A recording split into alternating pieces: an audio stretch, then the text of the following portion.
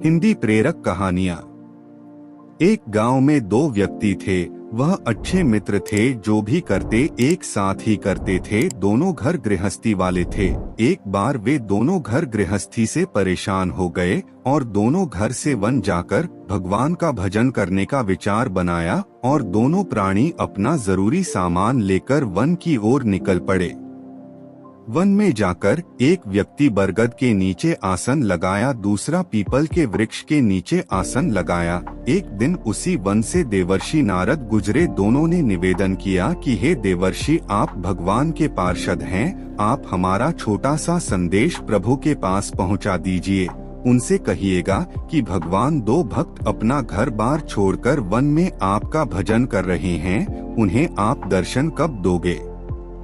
देवर्षि भगवान से बताया तो भगवान ने कहा कि देवर्षि, उनसे जाकर कह देना कि जितने पीपल में पत्ते हैं उतने वर्ष बाद, और बरगद वाले से कह देना बरगद में जितने उसके फल हैं उतने वर्ष बाद में उन्हें दर्शन दूंगा। देवर्षि नारद आए और सबसे पहले बरगद के नीचे बैठे भक्त को बताया कि भगवान ने कहा है कि मैं दर्शन दूंगा, पर इस बरगद में जितने फल है उतने बरसों बाद।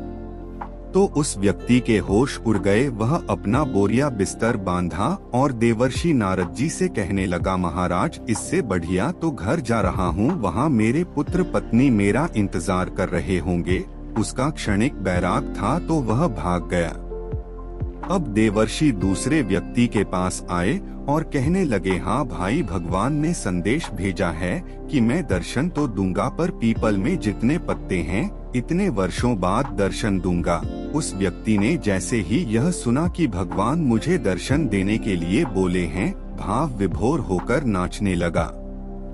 दे कहिनता द्याबय करी हैं, राम खबरिया ल्याबय करी हैं, और मगन हो गया नाचने में। उसी समय भगवान वहीं प्रकट हो गए और भक्त के साथ नाचने लगे।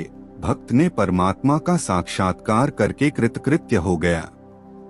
देवर्षि नारद ने कहा, प्रभु आप भी बड़े झूठे हैं। अभी अभी आपने कहा कि जितने पीपल के वृक्ष में पत्ते हैं उतने वर्ष बाद दर्शन दूंगा, और आप तो पल भर में प्रकट हो गए।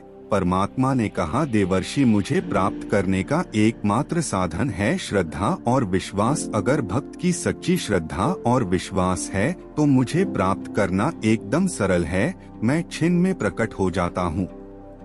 इस कहानी से हमें यह शिक्षा प्राप्त होती है कि हम कोई भी कार्य करें उस पर पूर्ण विश्वास रखें और श्रद्धा के साथ उस कार्य को करें। वह जरूर पूर्ण होगा, जरूर सफल होगा।